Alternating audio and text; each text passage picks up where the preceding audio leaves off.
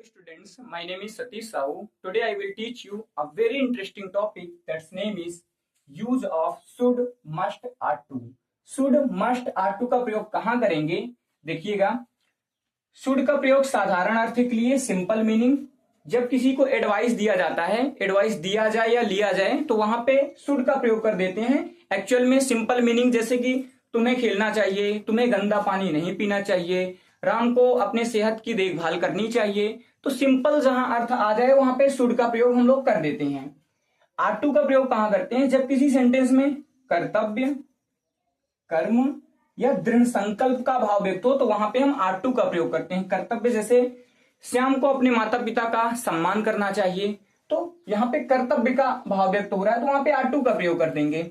उसी प्रकार मस्ट का प्रयोग कहां करते हैं कि जब किसी सेंटेंस में अनिवार्यता दिखाई जाए या जरूरी शब्द आ जाए या तो आवश्यक शब्द आ जाए तो वहां पे मस्ट का प्रयोग कर देते हैं। जैसे श्याम को जरूर अब इंग्लिश बोलनी चाहिए, मुझे अब जरूर पैसा कमाना चाहिए क्योंकि पैसे की बहुत ज्यादा जरूरत है, श्याम को अब अवश्य पढ़ाई करना चाहिए, तो क्योंकि उसका एग्जाम नजदीक आ रहा है तो उसे अवश्य पढ़ाई करनी चाहिए, तो वहां पे हम लोग मस्ट का प्रयोग कर देते हैं। तो जब किसी सेंटेंस में कार्य का जरूरी होना हो या तो अनिवार्यता दिखाई जाए या आवश्यक शब्द आ जाए तो वहां पे मस्ट का प्रयोग कर देते हैं। उसी प्रकार अब ध्यान से देखना है कि ट्रांसलेशन कैसे करेंगे, क्योंकि मेन टॉपिक हमारा है ट्रांसलेशन करना। तो स्ट्रक्चर है, सबसे पहले सब्जेक्ट लगाना है, फिर उसके बाद शुड या तो मस्ट या तो ought to, फिर उसके बाद वर्ब की फर्स्ट फॉर्म, फिर ऑब्जेक्ट। ध्यान देना है आपको वर्ब की फर्स्ट फॉर्म का ही प्रयोग करना है।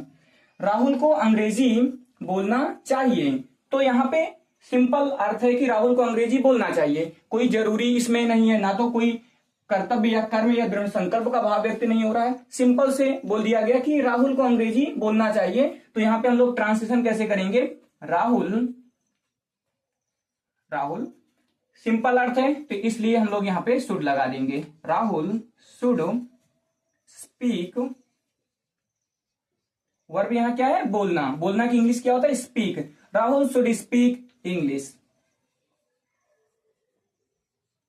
ऐसे ट्रांसलेशन करेंगे।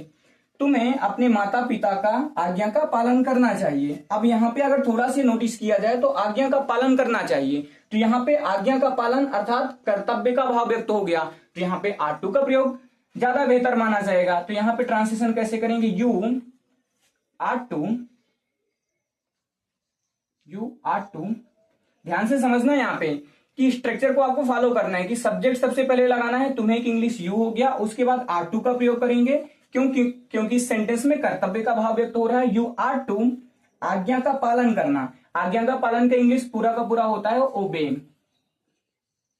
तो you ought to obey your parents, क्योंकि यू के साथ जब भी अपना शब्द आता है तो उसकी इंग्लिश योर लिखी जाती है, योर पेरेंट्स।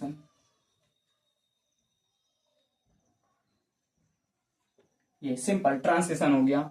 मुझे जरूर कंप्यूटर सीखना चाहिए। अब सेंटेंस में जरूर शब्द आ गया, मतलब कंप्यूटर सीखना बहुत ही ज्यादा जरूरी है। जरूर शब्द आ जाए या अवश्य शब्द आ जाए तो ऐसे में हमें मस्ट का प्रयोग करना चाहिए। तो आई मस्ट, अब इस सेंटेंस में सब्जेक्ट क्या है? मुझे। आपको ये नहीं समझना है कि मुझे एक इंग्लिश मी लिखी जाएगी, क्यों? क्योंकि सब्जेक्टिव केस में हमेशा आई ही लिखी जाती है। तो आई मस्ट, सीखना की इंग्लिश होता है learn. I must learn the computer,